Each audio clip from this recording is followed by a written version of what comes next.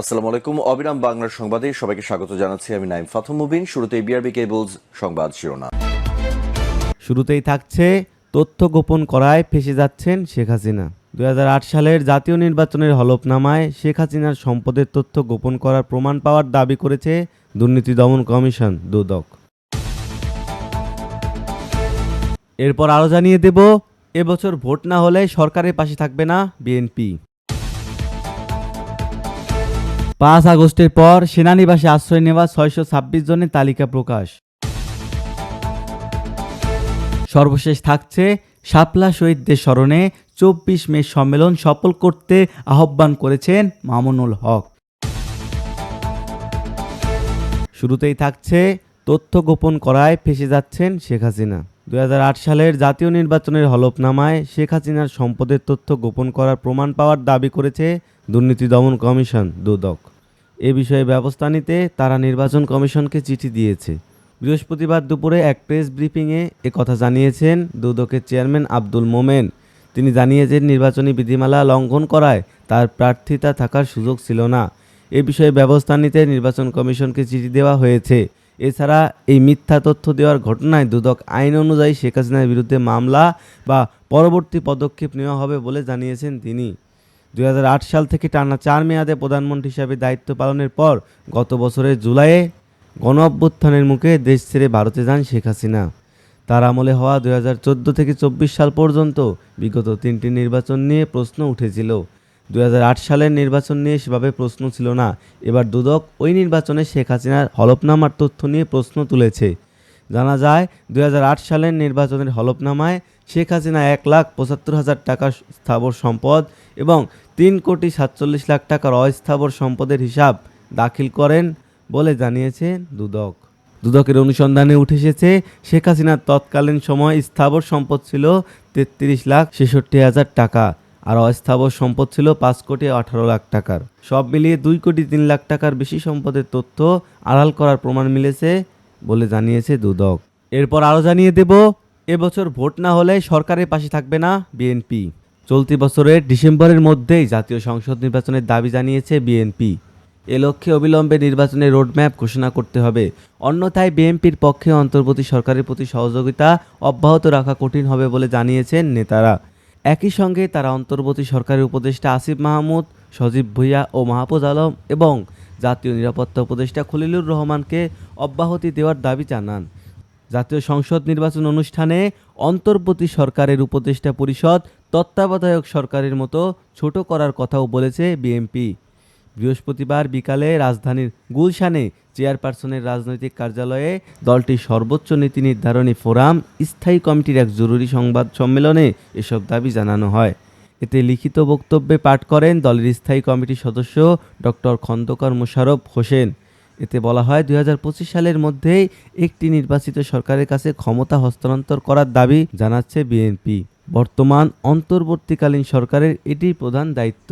দীর্ঘ প্রায় ১৬ বছর অগণতান্ত্রিক বর্বরতম ফ্যাসিবাদ বিরোধী আন্দোলন সংগ্রামের ধারাবাহিকতায় ২০২৪-এর জুলাই আগস্টের রক্তাক্ত ছাত্র জনতার গণ অভ্যুত্থানের মধ্যে দিয়ে বাংলাদেশ ফ্যাসিবাদ মুক্ত হয়।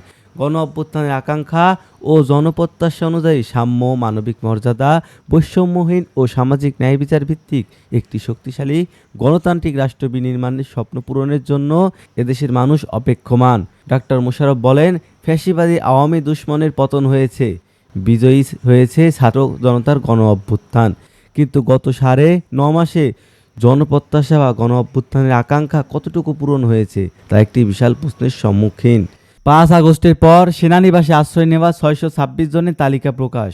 জুলাই গণ অভ্যুত্থানে আওয়ামী লীগ সরকার পতনের সময় সেনানিবাসে আশ্রয় নেওয়া ব্যক্তিদের তালিকা প্রকাশ করেছে সেনাবাহিনী। বৃহস্পতিবার আন্তঃবাহিনী জনসংযোগ পরিদপ্তর আইএসপিআর বলেছে, ওই সময় ৬২৬ জনকে বিভিন্ন সেনানিবাসে আশ্রয় দেওয়া হয়েছিল। তাদের মধ্যে ২৪ জন রাজনৈতিক ব্যক্তিত্ব, ৫ জন বিচারক, ১৯ জন অসামরিক প্রশাসনের কর্মকর্তা, ৫১৫ জন পুলিশ কর্মকর্তা ও সদস্য, বিভিন্ন পাবলিক বিশ্ববিদ্যালয়ের কর্মকর্তা সহ ১২ জন এবং স্ত্রী ও শিশু ৫১ জন পরিবারের সদস্য ছিলেন। সঙ্গে ৫৭৮ জনের নাম পরিচয় প্রকাশ করা হয়েছে। বাকি যাদের নাম পরিচয় প্রকাশ করা হয়নি তারা আশ্রয় নেওয়া অন্যদের স্ত্রী, সন্তান। আইএসপিআরের সংবাদ বিজ্ঞপ্তিতে বলা হয়, সে সময় শুধুমাত্র মানবিক দায়বদ্ধতার কারণে আইন বহির্ভূত হত্যাকাণ্ড থেকে আশ্রয় প্রার্থীদের জীবন রক্ষা করাই ছিল মুখ্য উদ্দেশ্য। পরিবারসহ সাবেক স্পিকার শিরীন শারমিন চৌধুরী, সাবেক ডেপুটি স্পিকার শামসুল হক টুকু, সাবেক প্রধান বিচারপতি ওবায়দুল হাসান, আপিল বিভাগের বিচারপতি ইনায়েতুর রহিমের নাম রয়েছে এই তালিকায়। তাদের মধ্যে শামসুল হক টুকু গ্রেপ্তার হয়ে আছেন কারাগারে। বাকিদের আর কখনো প্রকাশ্যে দেখা যায়নি। তারা কোথায় আছেন তাও প্রকাশ করা হয়নি। ছাত্র জনতার বিক্ষোভের মুখে 10 আগস্ট প্রধান বিচারপতি ওবায়দুল হাসান সহ আপিল বিভাগের তখনকার বিচারকরা পদত্যাগ করে বলে সরকারের তরফ থেকে জানানো হয়। আর স্পিকার শিরীন শারমিন চৌধুরীর পদত্যাগের খবর জানানো হয় 2 সেপ্টেম্বর। সাবেক মন্ত্রী শাহজাহান খান, বিগত সরকারের প্রতিমন্ত্রী জুনায়েদ আহমেদ পলক, সাবেক হুইপ ইকবালুর রহিম, গত সংসদের MP Saidul Haque Sumon, Kazi Nabil Ahmed, Nazma Akter, Ragibul Ahsan Ripu, AKM Rezaul Karim Tansen, AM Latif এবং ছাত্রলীগের সাবেক সাধারণ সম্পাদক তানভীর হাসান সৈকতও সে সময় সেনানিবাসে আশ্রয় নিয়েছিলেন। তাদের মধ্যে শাহজাহান খান, পলক, সুমন, রিপু ও সৈকত পরে গ্রেপ্তার হয়ে এখন কারাগারে আছেন। তৎকালীন আইজিপি চৌধুরী আবদুল্লাহ আল মামুন, তৎকালীন ডিএমপি কমিশনার হাবিবুর রহমান, অতিরিক্ত আইজিপি খন্দকার লুৎফুল কবির, পুলিশের বিশেষ শাখার তৎকালীন প্রধান মনিরুল ইসলাম, সাবেক ডিআইজি আসাদুজ্জামান, আমিনা বেগম, আমিনুল ইসলাম, অতিরিক্ত ডিআইজি প্রলয় কুমার জোয়াদ্দার, পুলিশের তেজগাঁও বিভাগের উপকমিশনার আজিমুল হকও সেনানিবাসে আশ্রয় নিয়েছিলেন। তাদের মধ্যে চৌধুরী আবদুল্লাহ আল মামুন সহ কয়েকজন গ্রেপ্তার হয়েছেন। অনেকের বিরুদ্ধে মামলাও হয়েছে। কোন পরিস্থিতিতে তাদের আশ্রয় দেওয়া হয়েছিল তা ব্যাখ্যা করে আইএসপিআরের সংবাদ বিজ্ঞপ্তিতে বলা হয়, জুলাই আগস্ট ছাত্র জনতার গণ অভ্যুত্থানে বিগত সরকারের পতনের পর কতিপয় কুচক্রী মহলের তৎপরতায় সার্বিক আইন শৃঙ্খলা পরিস্থিতির ব্যাপক অবনতি হয়। ফলশ্রুতিতে সরকারি দপ্তর, থানাসমূহে হামলা, রাজনৈতিক নেতাকর্মী ও সমর্থকদের উপর আক্রমণ ও ঘরবাড়ি অগ্নিসংযোগ, চুরি, ডাকাতি সহ বিভিন্ন বিশৃঙ্খলা দেখা যায়। এ ধরনের সংবেদনশীল ও নাজুক আইন শৃঙ্খলা পরিস্থিতিতে দেশের নাগরিকদের মনে নিরাপত্তাহীনতার জন্ম নেয়। এমতো অবস্থায় ঢাকা সহ দেশে প্রায় সকল সেনানিবাসে প্রাণ রক্ষার্থে কতিপয় রাজনৈতিক ব্যক্তিবর্গ সহ বিভিন্ন শ্রেণী পেশার নাগরিকগণ আশ্রয় প্রার্থনা করেন। 2014 সালের 5 মে শাপলা চত্বরের শহীদরা ইসলামী স্বার্থে জীবন উৎসর্গ করে যে গৌরবময় ইতিহাস রচনা করেছেন তা চিরন্তন বলে মন্তব্য করেছেন বাংলাদেশ খেলাফত মজলিসের আমির এবং শাপলা স্মৃতি সংসদের আহ্বায়ক মাওলানা মোহাম্মদ মামুনুল হক। বৃহস্পতিবার রাজধানীতে শাপলা স্মৃতি সংসদের উদ্যোগে এক বিশেষ বৈঠক অনুষ্ঠিত হয়েছে। বৈঠকে শাপলা চত্বর শাহাদাতের রক্তে রাঙা অবিনাশী চেতনা শীর্ষক ঐতিহাসিক সম্মেলন বাস্তবায়ন সংক্রান্ত বিভিন্ন দিক নিয়ে গুরুত্বপূর্ণ আলোচনা হয়। তিনি বলেন, এই চেতনা আমাদের আগামী প্রজন্মের মাঝে ছড়িয়ে দিতে হবে। 31 মে সম্মেলন শুধু একটি অনুষ্ঠান নয়, বরং শহীদদের স্মরণে আমাদের ইমানি দায়িত্ব। দেশবাসীর দোয়া, অংশগ্রহণ ও সহযোগিতা কামনা করছি। সবাই জানানো হয়, শহীদদের স্মরণে একটি ডকুমেন্টারি নির্মাণ এবং একটি স্মারকগ্রন্থ প্রকাশের উদ্যোগ নেওয়া হয়েছে।